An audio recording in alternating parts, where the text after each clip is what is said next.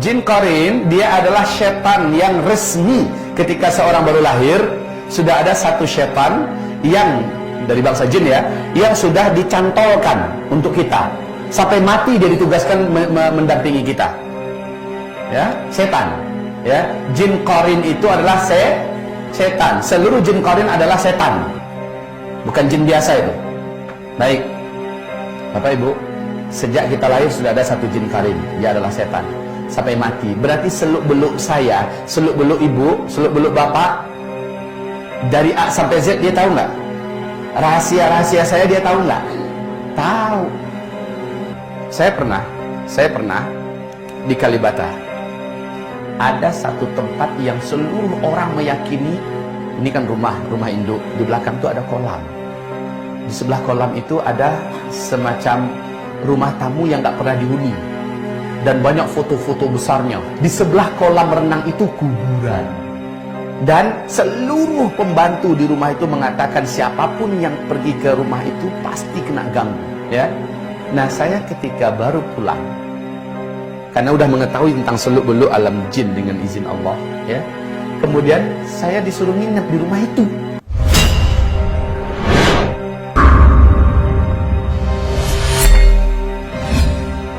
Jin qarin dia adalah setan yang resmi. Ketika seorang baru lahir, sudah ada satu setan yang dari bangsa jin ya, yang sudah dicantolkan untuk kita. Sampai mati dia ditugaskan mendampingi kita. Jin qarin itu adalah setan. Seluruh jin qarin adalah setan. Bukan jin biasa itu.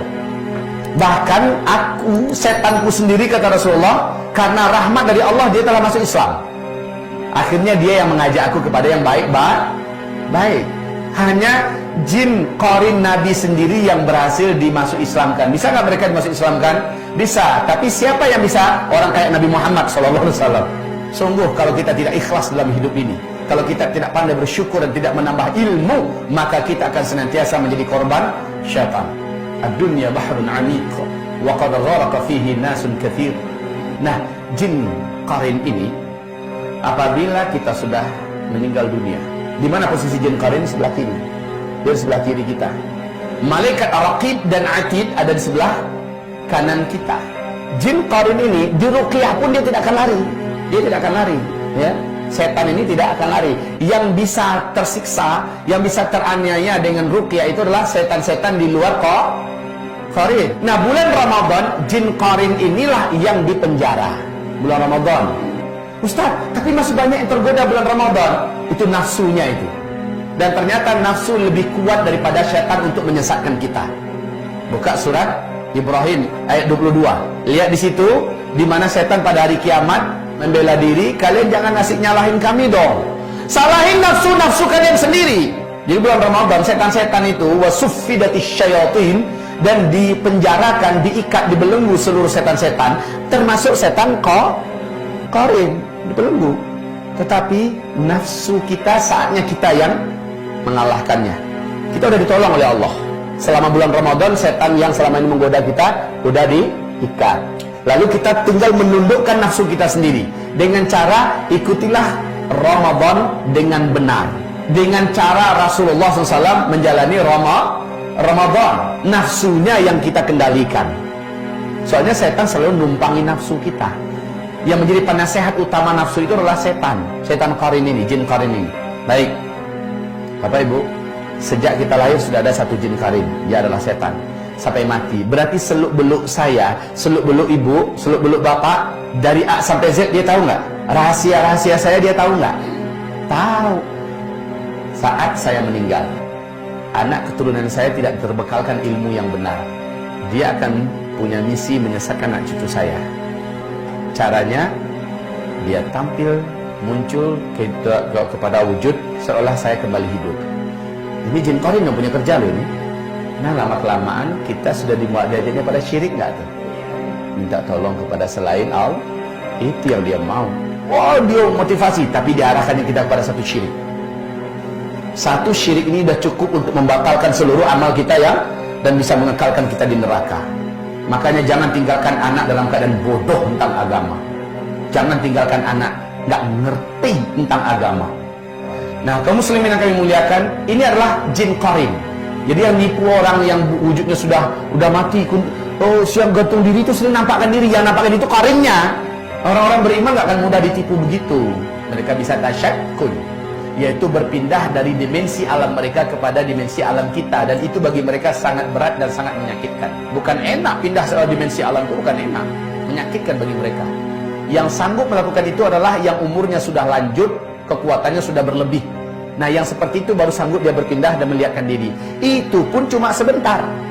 Coba saya tanya sama saudara saya, namamu siapa? Ricky. Seandainya Bruce Lee masih hidup, Ricky sanggup ngelawan Bruce Lee? Jackie Chan? Mereka jagoan-jagoan di daratan kan? Memang mereka jagoan. Coba sekarang masukkan mereka ke bukan alam mereka, masukkan mereka, ceburkan mereka ke laut. Berapa lama mereka sanggup bertahan di laut? Lama atau sebentar? Sebentar. Gerakan mereka menjadi lamban karena itu bukan alam mereka. Suruh adu mereka dengan ikan hiu aja dah. Coba diadu Jackie Chan, Bruce Lee lawan ikan hiu di laut, siapa yang menang? Pastikan. Kenapa? Bukan alamnya. Ini rahasia besar loh. Ibu, perlu ibu ketahui ini rahasia. Sekarang ibu lawan ikan hiu sanggup nggak? Kalau ikan hiunya dikeluarkan dari alamnya masuk ke alam ibu di dapur, sanggup. Kenapa?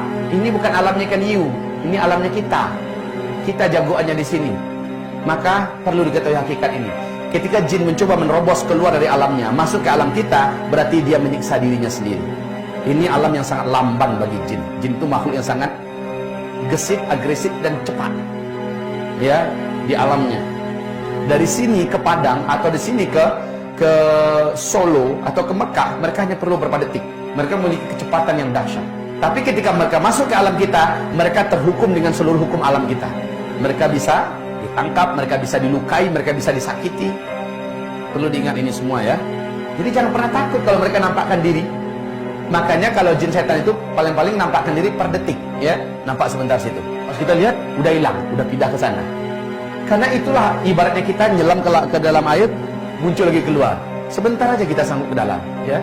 Persis dengan mereka. Mereka gak akan sanggup lama-lama. Nah, yang sanggup lama-lama itu udah level jenderal-jenderalnya, udah level ifrit, udah level yang kuat-kuatnya. Tapi yakinlah, sekuat apapun ikan hiu, kalau masuk dia ke bukan alamnya, ketemu dengan orang yang nggak takut dengannya, habis tuh ikan. Karena nggak ada ilmu. Berikut ini bukan refleks lagi. Refleksnya malah beda, ilmu yang tampil. Saya pernah di Kalibata. Ada satu tempat yang seluruh orang meyakini, ini kan rumah induk, di belakang itu ada kolam. Di sebelah kolam itu ada semacam rumah tamu yang nggak pernah dihuni.